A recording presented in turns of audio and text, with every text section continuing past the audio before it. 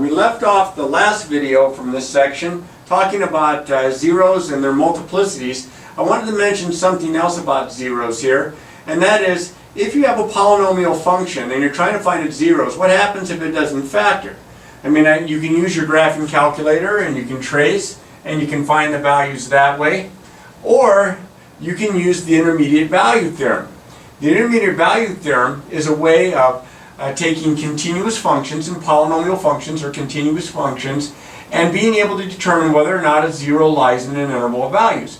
Here it is. It says let f be a polynomial function. This works for continuous functions any kind. Let a be less than b, and let f of a and f of b have opposite signs. So that means one's positive, one's negative. Of course, if one of them is zero, there's your zero.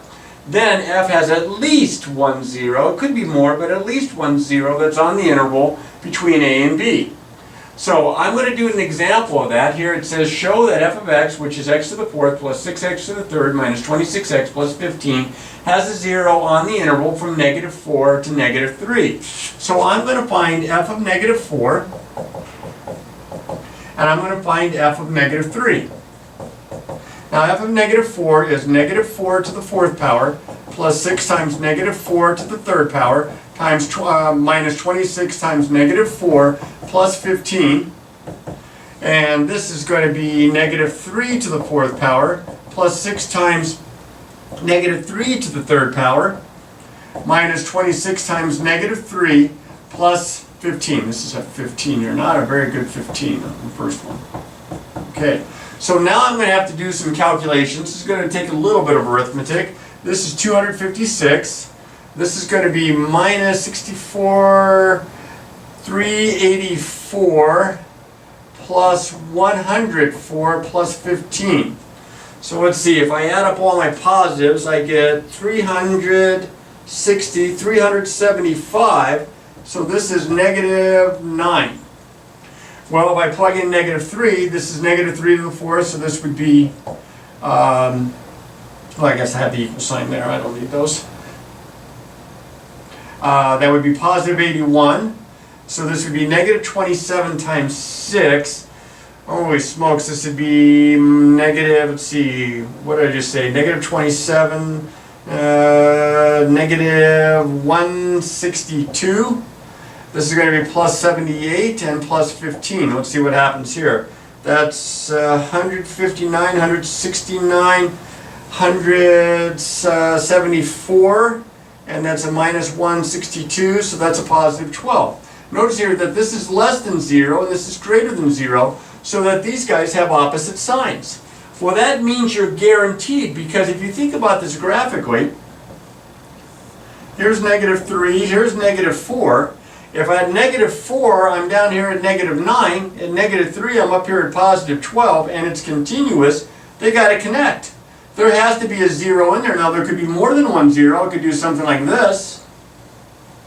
And I could have more than one, but there has to be at least one zero that's in there. So that's how I can show that. So I would write something along the lines, therefore, by the Intermediate Value Theorem, there is at least one zero in the interval from -4 to -3. All right. Now, I wrote down bisection method. The bisection method, this is back when calculators weren't always that convenient to find, but what they wanted you to do then is, since you knew that there was a negative value at -4 of -9, a positive value of 12 at -3, these x values, what if we went halfway in between? What if we bisected this interval between -4 and -3, which would be -3.5, and we evaluate f of -3.5? Now that's really going to be some arithmetic if you have to plug a -3.5 into there. And if you plug the -3.5 in, if I'm not mistaken, you get -3.25. Now -3.25 is negative, less than 0. So we have at -3 it is positive, but at -3.5 it is negative. So we've narrowed it down, we've cut it in half. We know that there's got to be a 0, at least one, between -3 and -3.5. These two now. So then I take and I look between these two values here, and I say, what's halfway between those? And it turns out that it is negative 3.25. And let's see here, negative 3.25, I actually got that wrong. The negative 3.25 that I came up with is actually the midpoint. This is actually a negative, but it's negative 1.1875. That makes more sense.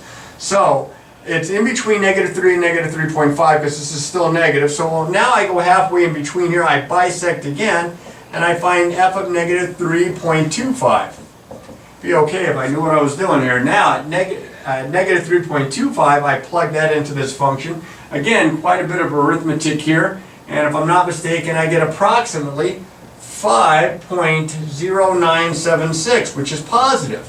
So now here at negative 3.5, it is negative. At negative 3.25, it is positive. So that means halfway in between here, I go and I continue this process as many times as I need to get it as exact as I want.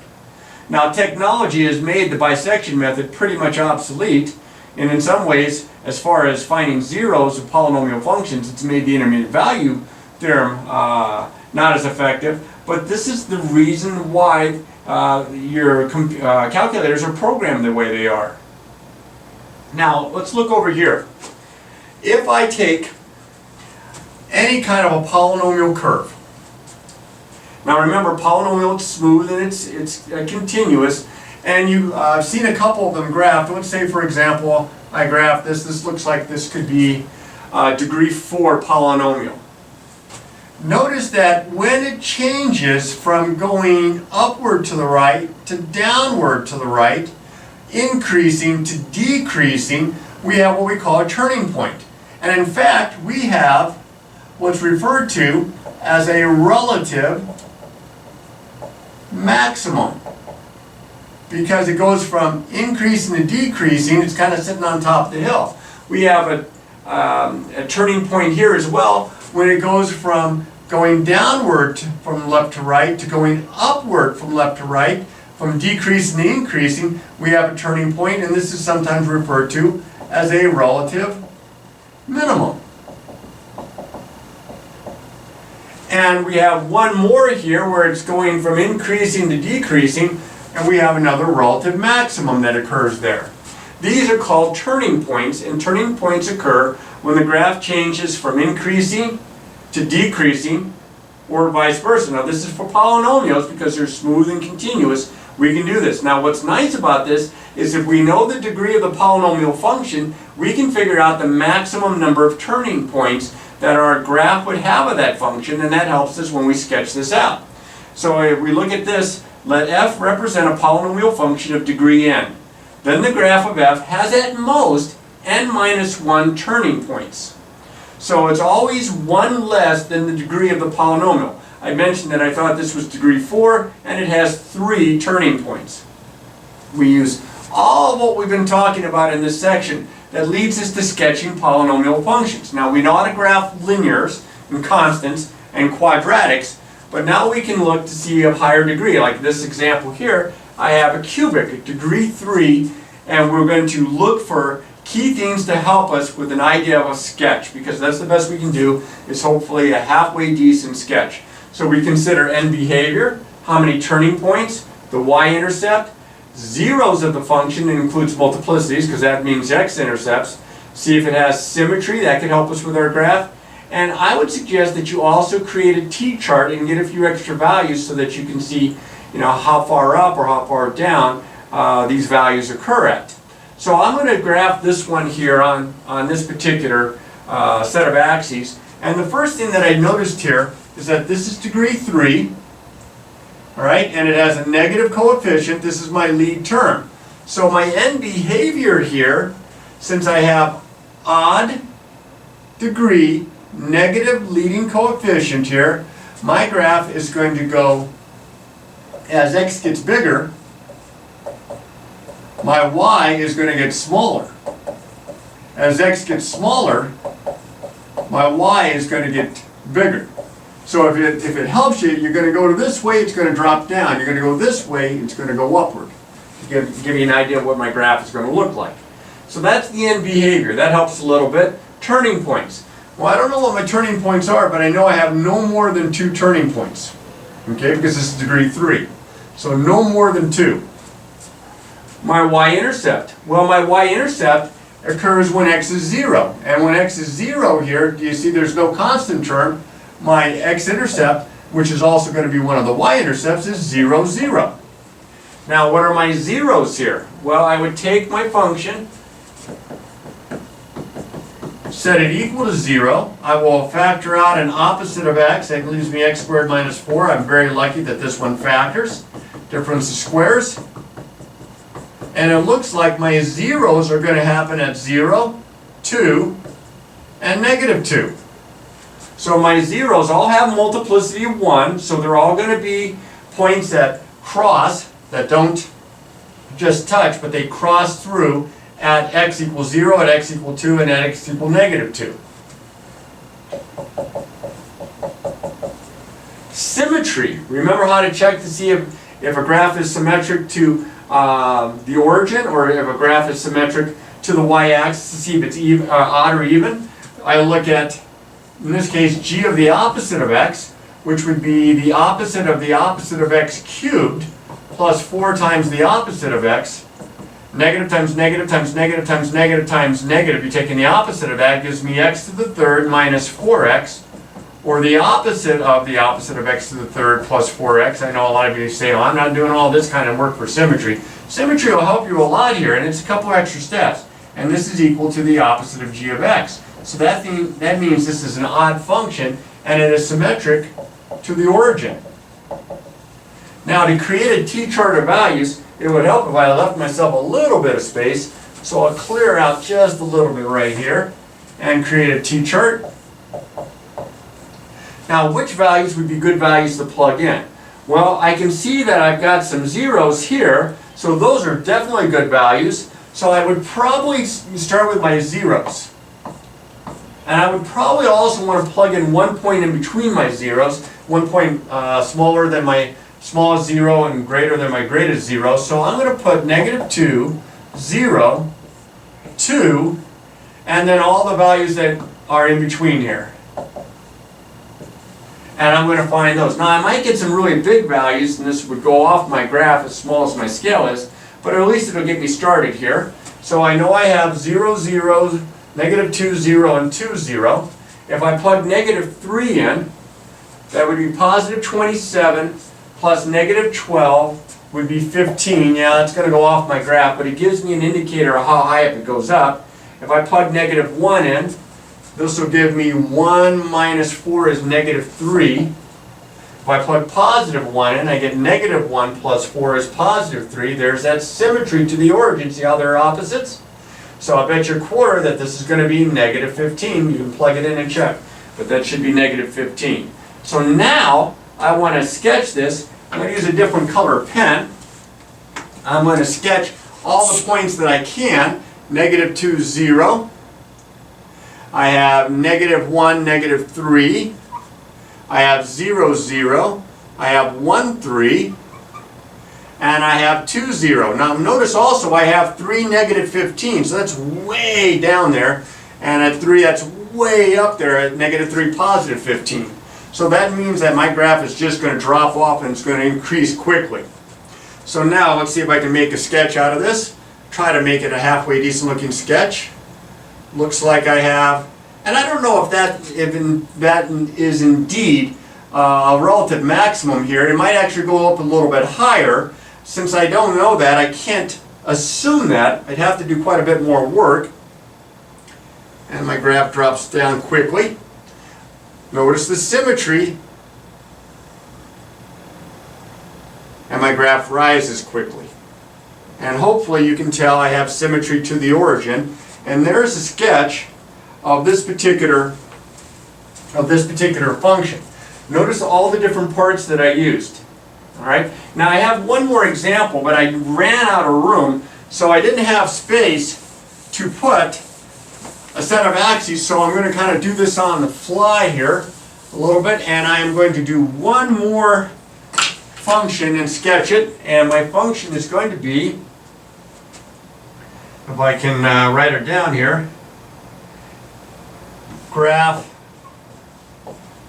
h of x is equal to 0.5x times x minus 1 times x plus 3 to the second power.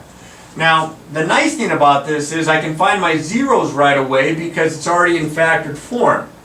And not so nice about it will be all the other kinds of things that I might need to look at. But I can see here that degree 1, degree 1, degree 2, this is going to be degree 4. And my coefficient will be a positive, my lead coefficient. In fact, just the lead coefficient will be positive. Lead coefficient. So a positive lead coefficient, degree 4, I know that my end behavior is going to be something along the lines that as x gets really big and as x gets really small, that my y values are going to increase because positive lead coefficient degree 4, so it's going to be kind of like going to the right it goes up, going to the left it goes up. Degree 4 means I can have as many as 3 turning points. My y-intercept here, well, if I plug 0 in for x, that's all going to be 0 here, so that's going to wipe out everything. So my y-intercept is also an x-intercept. It's going to be 0, 0. If I set this equal to h of x equal to 0 to find my zeros here, I would have 0.5x times x minus 1 times x plus 3 squared equals to 0. I have zeros at 0 here, at 1. 1 minus 1 is 0, right? And at negative 3. But this guy here, because the factor is squared, means I have multiplicity 2, which is going to be an indicator that my sketch is not going to cross the x-axis at negative 3, it's just going to touch it at negative 3. Alright, now I can tell you right now that if I go through the steps here to show whether or not I have symmetry, it will not work. You have to trust me on that one or go through them themselves by finding h of the opposite of x. But h of the opposite of x does not equal either plus or minus h of x. So no symmetry to the origin, no symmetry to the y-axis. But a t-chart comes in extra handy here. Okay, let's put the t-chart on its side here for x and y. So what kind of values do I have here? I've got these 3 guys, 0, 0. Let's think here.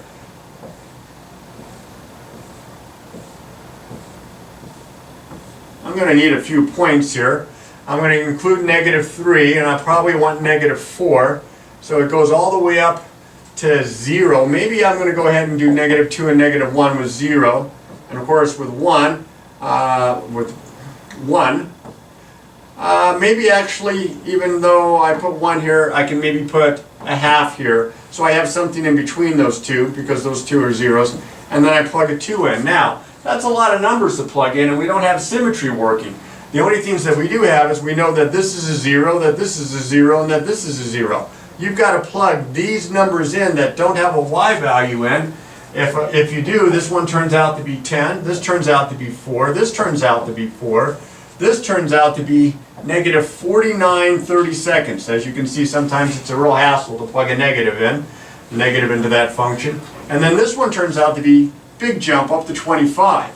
So if I'm going to sketch this with these kind of numbers here, I'm going to probably have to set my scale a little different. Now I'm going to do something that I would ask you not to do, and that is I'm going to make a set of axes without using my straight edge here to kind of get an idea. Well, I'm going to start all over with that. That was pretty bad. Maybe I better use my straight edge after all, because if that's my best effort, I'm in trouble. Okay? Okay. Alright. Now, I've got all the way to negative 4, 2, 3, 4, all the way up to positive 2, so that one's not so bad. I think I'll make each one of these worth 1. But since I have to go up to 25,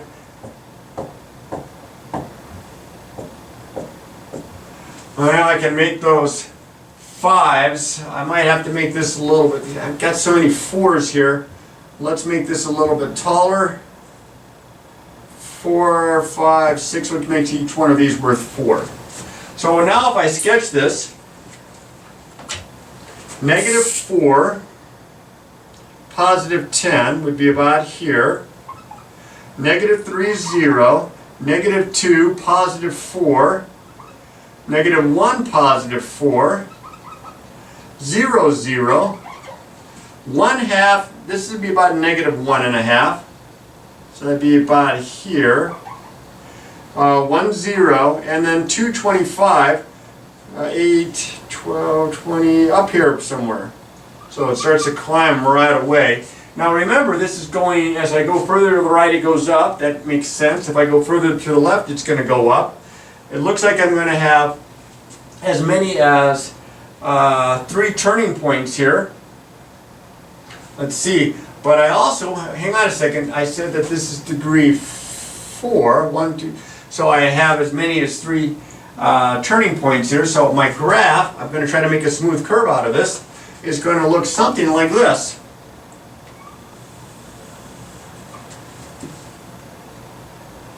Now I don't know exactly how high this goes up. I'd have to graph even more points, like say -1.5. But I know I have a touch point here at -3 because of the even degree. So it's crosses, crosses, but it's a touch point here and then it goes on up. And you get your graph of your quartic polynomial. So that one's a little messy. I would suggest that you use graph paper, take your time, and be a little neater than I just did.